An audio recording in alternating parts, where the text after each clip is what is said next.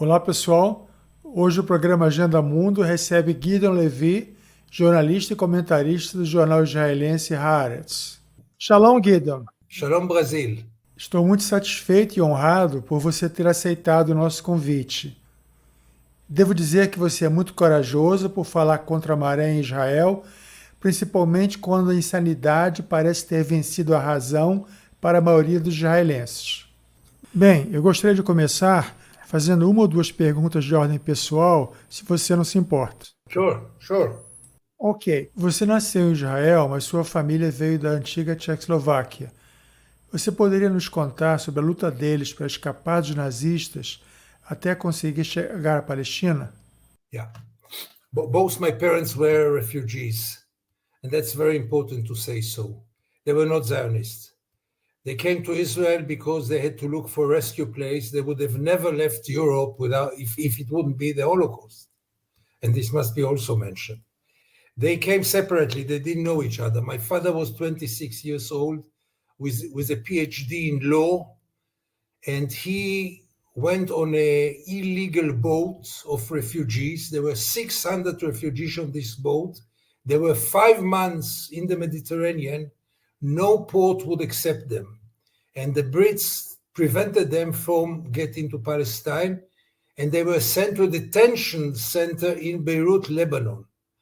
How did they live 5 months, 600 people? I have no clue, but there is no one to ask anymore. In any case, he arrived here illegally at night. They just smuggled into Palestine, and all the rest is history. My mother was 10 years younger. She was 16 then, and she was sent with a project of rescuing children, Aliyat HaNoar, the immigration of the youth, and she was sent to a kibbutz alone. She left her parents and brother back home. And also, to be 16 and to be sent to a new country, you don't speak the language, you know nothing about it.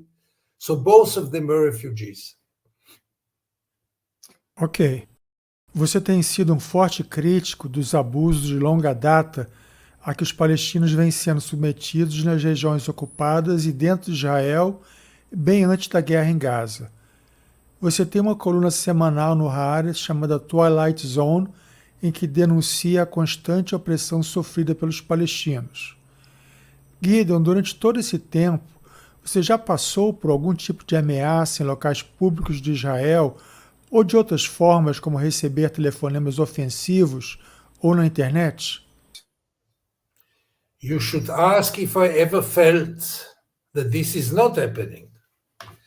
This is the routine of my life, but I don't think that I'm a victim.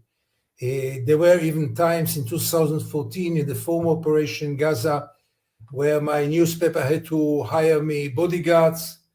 Now I feel much safer in the streets, but the social media is full with garbage, and it's not always very pleasant, but I live with it. Posso imaginar, realmente posso imaginar. Alguns artigos de jornalistas do Haaretz dizem que há ministros neonazistas no governo Netanyahu. Você poderia comentar sobre isso?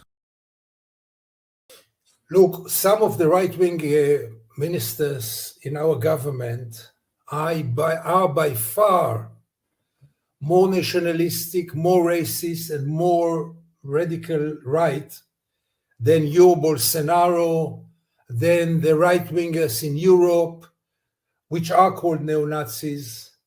Their idea is very obvious. They are waiting for the good timing to transfer all the Palestinians from here. They are waiting to the opportunity for ethnic cleansing, and they don't hide it. They believe that the Jews have supremacy here, and the Palestinians will never get any rights here. That's their thoughts. This can be defined only as neo-Nazis. What else can you call it? Certo. A ONG israelense B'Tselem, a Human Rights Watch e a Anistia Internacional publicaram longos relatórios denunciando que os palestinos estão sendo submetidos a um sistema de apartheid. A Corte Internacional de Justiça está agora analisando 6 décadas de opressão israelense sobre os palestinos além das acusações de genocídio apresentadas pela África do Sul. Apenas para lembrar a nossa audiência, Apartheid foi o nome originalmente usado para caracterizar o regime racista liderado por uma minoria branca na África do Sul, antes de ser desmantelado devido à pressão internacional, possibilitando a chegada de Nelson Mandela à presidência. Gideon, você poderia explicar por que o termo apartheid pode ser aplicado a Israel, tanto na Cisjordânia como em Jerusalém Oriental? O que você poderia dizer sobre os palestinos que têm o direito de viver em Israel? São cidadãos de segunda classe?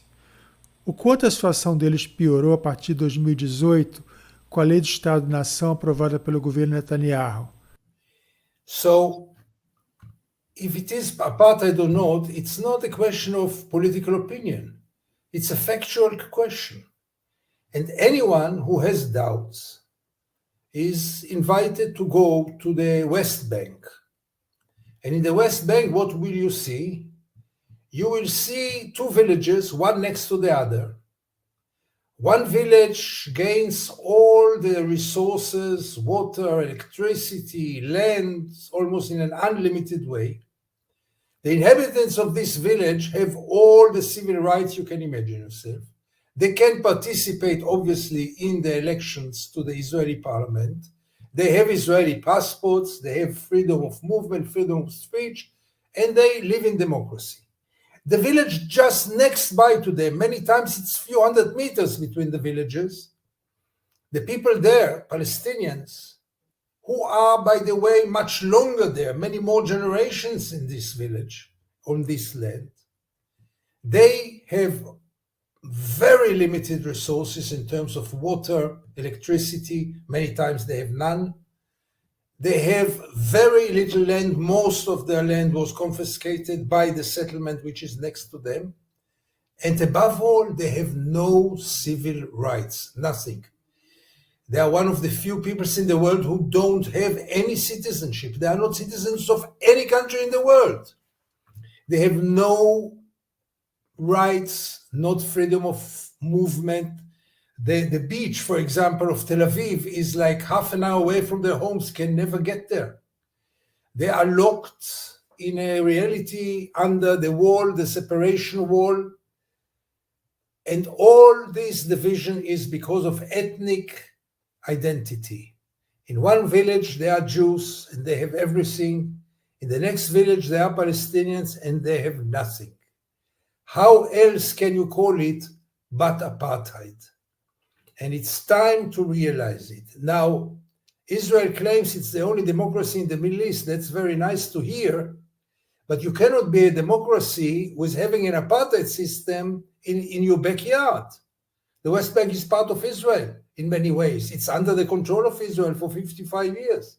So how dare you to call yourself a democracy when this reality is taking place in your backyard? There are another kind of Palestinians that you refer to, and those are the Palestinians who are citizens of Israel, those who live within the 67 border. They are 20% of the population, and they have basic civil rights like in a democracy. They have passports, they have the right to vote and to be elected to the Israeli parliament. They have freedom of movement, freedom of speech, but much more limited than Jews, especially like now in times of war.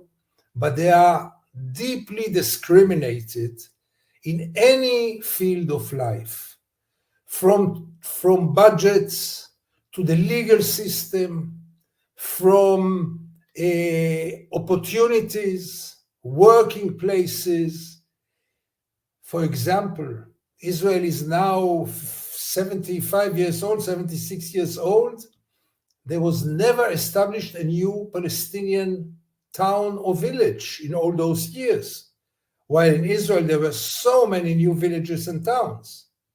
So I wouldn't call this an apartheid. That's a very discriminating regime within Israel.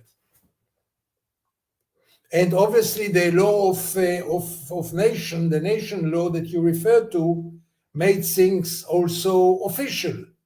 What was before just practical facts on the ground the law of nation, the nation law, made it also official.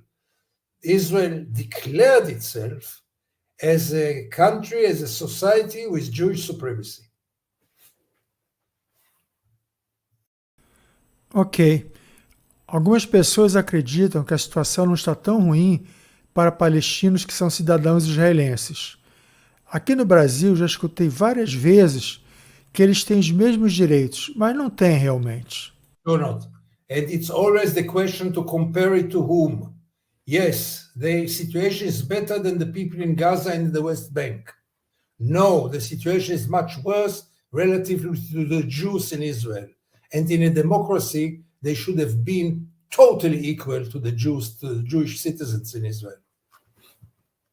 Certo. Algumas pessoas acreditam que Netanyahu seja responsável por todos os pecados cometidos por Israel. Caso Netanyahu seja forçado a renunciar ou seja afastado do poder em uma eleição antecipada, o que pode mudar para os palestinos? O que você poderia nos falar sobre o papel que a esquerda sionista teve no passado na negação de uma pátria palestina? First of all, I'll answer your question with one word: nothing. Nothing will change for the Palestinians if Netanyahu will not be a prime minister, and there will be a prime minister from the center left. That's the only option. It can be either from the right or from the Zionist left. For the Palestinians, it will mean nothing. How do I know it? I know it because the Zionist left put all the foundations for the settlement project, for the occupation project. It all started not with Netanyahu, it all started with labor. They put the foundations. Netanyahu just brought it to more extreme places. But the Zionist left was never in favor of putting an end to the occupation, did never anything for a creation of a Palestinian state. So expectations should be very low. There will be certain things which will be different, but not for the Palestinians. Bem, durante o regime de Apartheid na África do Sul, Nelson Mandela foi mantido preso por 27 anos por defender a luta armada para libertar o povo negro. Durante os anos 80, houve campanhas generalizadas no Ocidente para libertar Mandela e acabar com o Apartheid. Israel está mantendo Marwan Barghouti em prisão perpétua. É um importante político e líder palestino que defendeu a luta armada para alcançar a autodeterminação palestina. O Hamas está tentando incluir o nome dele na lista de prisioneiros a serem libertados por Israel em troca dos reféns. Mas anos atrás, em outra negociação, Israel se recusou a libertar Barghouti, que já está na prisão há 20 anos. Então, Gideon, eu pergunto a você, por que isso? E por que não ouvimos mais sobre Barghouti na imprensa? Afinal, ele é uma liderança palestina muito importante, que poderia atuar a favor da paz. Barghouti is also a personal friend of mine. You can't see it, but his photo is next to me in my room from a trip abroad we did many years ago together. And I think that Barghouti is not released exactly because he had the potential to unite the Palestinian people and to lead the Palestinian people and to create a real viable partner for peace. But Israel always said no to him, even before he went to prison. I remember years in which he went from one headquarter to the other of the Israeli Zionist parties and begged them, let's do something before everything will explode. And nobody would listen to him. And then he went to a new way, which was a way of what Israel calls terror and they call resistance. And he got 5 life sentences. And Israel is putting him in jail for so many years, knowing that he can be the only one right now who could make a change. But Israel doesn't want any change. Mas por que não existe no Ocidente um movimento para libertá-lo, como houve com Mandela? First of all, he's not a Mandela. I love him, I like him, I appreciate him, but Mandela you have once in a generation. He's not a Mandela. He is a fighter. He's a very, very devoted man for his people, but he's not a Mandela. Why the West? Why does the West, you are asking only about Barghouti? Why does the West put sanctions on Russia few weeks after Russia invaded Crimea and never thought to put sanctions on Israel after 55 years of occupation? Why? Because Israel is the darling of the West. We have to remember this. Bem, se o Ocidente leva a sério a solução de dois estados, então deveria estar interessado em libertar Barghouti. I agree. E ele é mantido em isolamento? Yes, and nobody can see him. I mean, I tried many times to meet him, but his wife sees him once in 2 weeks, but now he's in isolation, and you wouldn't like to be in an Israeli prison, especially after the war started, as a Palestinian prisoner. Aqui no Brasil, a principal instituição judaica, a CONIB, virou uma espécie de cão de guarda contra os críticos de Israel e do sionismo, acusando-os de antissemitismo. A CONIB está tentando suprimir vozes dissidentes na comunidade judaica. Atualmente, ela está tomando medidas legais contra um jornalista combativo de origem judaica, Breno Altman. Gideon, até que ponto processos judiciais também estão acontecendo em Israel, juntamente com a censura nas mídias sociais e tradicionais, contra aqueles que denunciam o genocídio que está sendo cometido em Gaza? Israel launched a strategy a few years ago, which is extremely effective all over the world, together with the Jewish and Zionistic establishment all over the world and the Jewish communities, namely to label any criticism about Israel as anti-Semitism. And this paralyzed the world, mainly Europe. It is so effective that some countries even have laws which don't allow to criticize Israel, which don't allow to call for boycotts legally. I mean, they criminalized a conscious struggle, a struggle over justice. In many countries, they criminalized it. And what you describe here about the Jewish community in Brazil is true about the establishment of all the Jewish communities in the world, with one exception, which is very encouraging now, and that's the young generation of the Jewish community in the United States. There comes the change, the big change. I hope it will come also in your country, in Brazil. The young generation today of the Jewish community, not all of them obviously, but the majority says enough is enough. Now you must understand, once the Jewish establishment identify itself automatically and blindly with Israel, it opens a window for anti-Semitism. Because if you are part of the occupation, of the mass killing in Gaza, if you identify with it all along, so you might also pay a price for it publicly. So it's not only about supporting Israel, which is legitimate, but the problem is that the Jewish communities support Israel blindly and automatically, and by this they identify themselves with the most right-wing circles in Israel. And that's very, very, very sad, because that's not friendship, by the way. If they think they are friends of Israel, I have news for them. This friendship corrupts Israel. It's not a friendship. Friendship is to also criticize when it's needed. That's real friendship.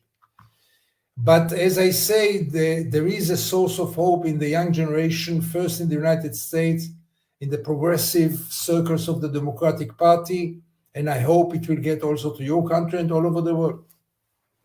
Right. Ainda falando sobre censura, sobre o que está ocorrendo em Gaza, como é esse caso do deputado que pode ser expulso do parlamento israelense? There's one member of parliament there was never a case that a member of parliament was expelled from the parliament. Thanks God they didn't get the majority they needed, and it was rejected. Em um artigo de opinião recente, você expressou forte preocupação com a completa catástrofe que ocorreria se as tropas israelenses entrassem em Rafah, em Gaza. Biden disse que uma invasão terrestre só pode acontecer se certas condições forem cumpridas por Israel. É possível que Netanyahu esteja, na verdade, blefando sobre promover uma invasão terrestre? Ele está fazendo um jogo para obter a soltura de reféns, para aplacar os protestos das famílias e também forçar a evacuação de palestinos de Gaza para o Egito? É uma questão de quem pisca primeiro? No, it's not a question of who blinks first. It's a question of the priorities of Israel, and you have to choose either releasing the hostages as first priority or continuing the war and trying to crush Hamas, which will never happen, as first priority. And this government was very clear. They prefer continuing the war and crushing Hamas over releasing the hostages, even in any price. I thought, and many Israelis think, that the hostages are the main goal now, and they should be released in any price because their time is running out. There are elderly people there, there are children, there are women. They will not survive. But the government thinks differently. Now, as about Rafah, if Israel gets into Rafah, there will be a humanitarian catastrophe that even in Gaza we didn't see it. Because in Gaza, Israel pushed all the Gaza Strip into Rafah. There are over 1.5 million people trying to find shelter there. Where will they go? To the sea? Where will they go? To the sky? And where will be the resources? You know, it's 1.5 million people. What about food? What about water? What about electricity? Nothing.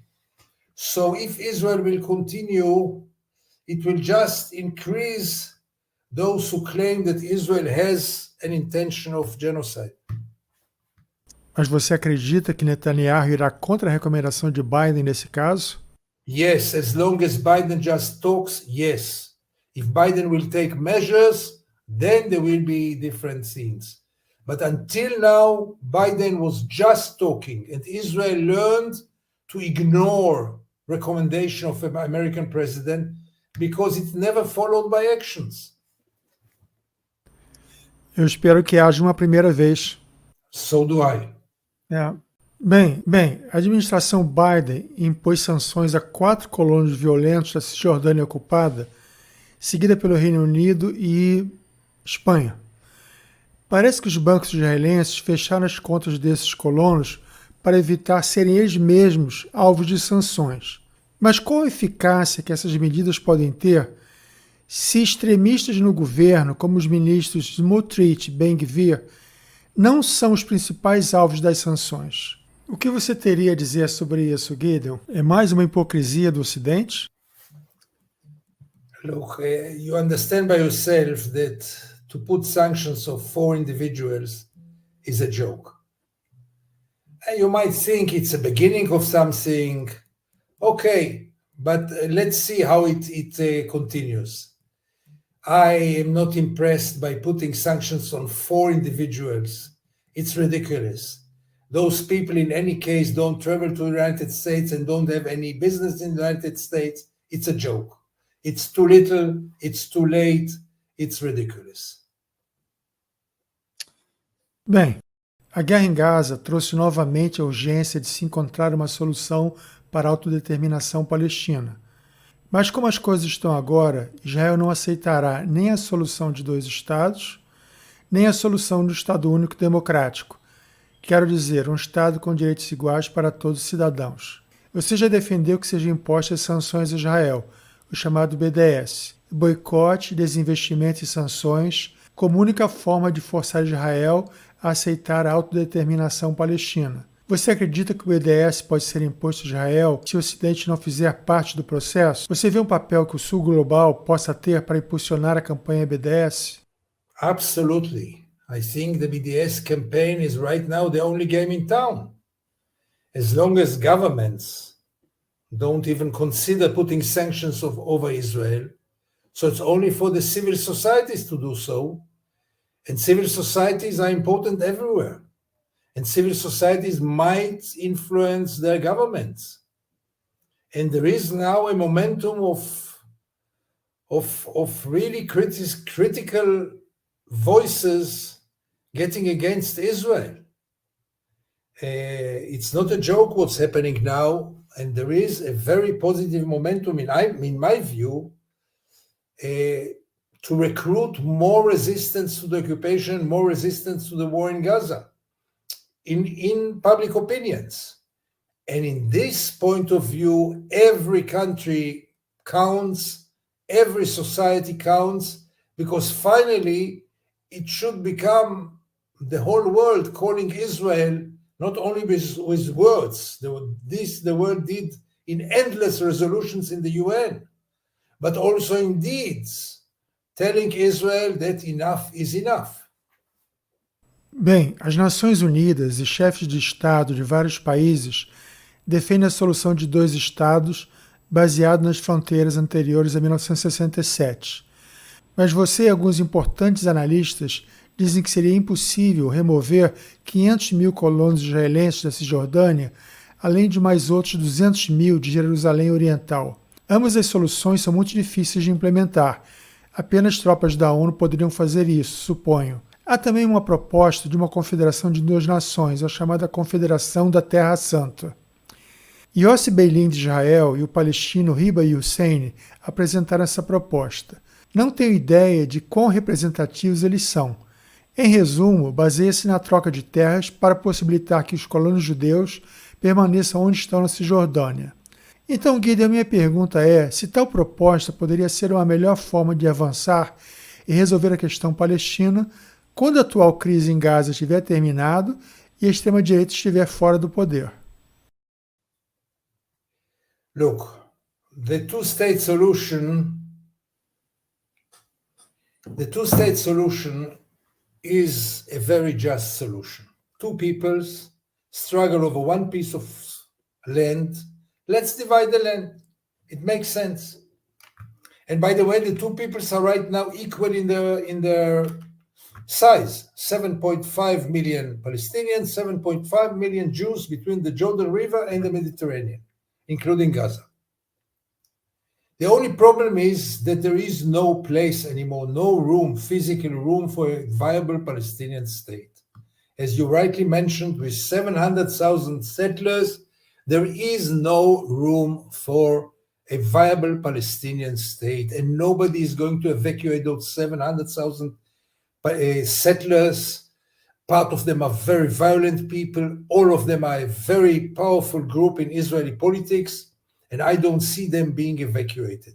Without their evacuation, there is no Palestinian state. They might be a Bantustan, like in South Africa, but not a state. For sure not an equal state.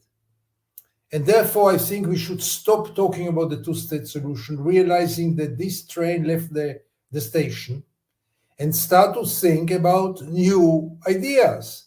And the only alternative idea is the one-state solution, namely one state between the river and the sea with equal rights to everybody, one person, one vote. That's the only remaining solution. It will take a lot of time to adjust to it. There will be endless obstacles, but at least it is a vision, a real democracy, not an apartheid democracy, but a real democracy. And we should start somewhere, because continuing to talk about the two-state solution plays to the hands of the occupation. Certo. Vamos ao confronto com Hezbollah e a disputa de território no sul do Líbano.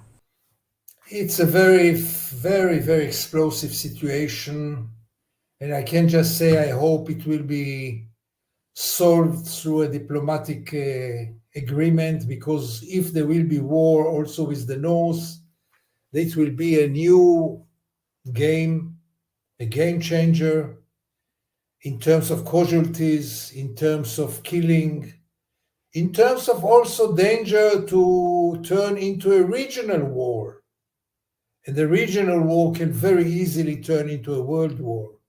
So we are really playing here with explosives. And I hope the first stage should be finishing the war in Gaza today. If the war in Gaza will be over, Hezbollah declared they will stop shooting at Israel. Mas você poderia explicar a origem dessa disputa sobre as fazendas Sheba no sul do Líbano? Don't take me there because I'm really not an expert for this. And those things are really technical things. Israel should get into diplomatic negotiation with Lebanon and decide about all those technical questions. We leave it for diplomats.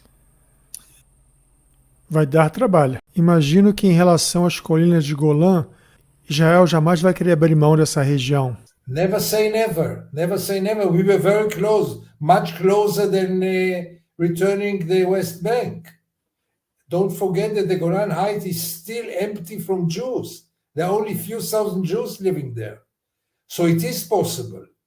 But you know, Syria is right now not a place that you can make peace with, but this can easier change rather than the West Bank and Gaza. Mas não seria de interesse estratégico de Israel implementar assentamentos de colonos nas colinas de Golã? They just failed.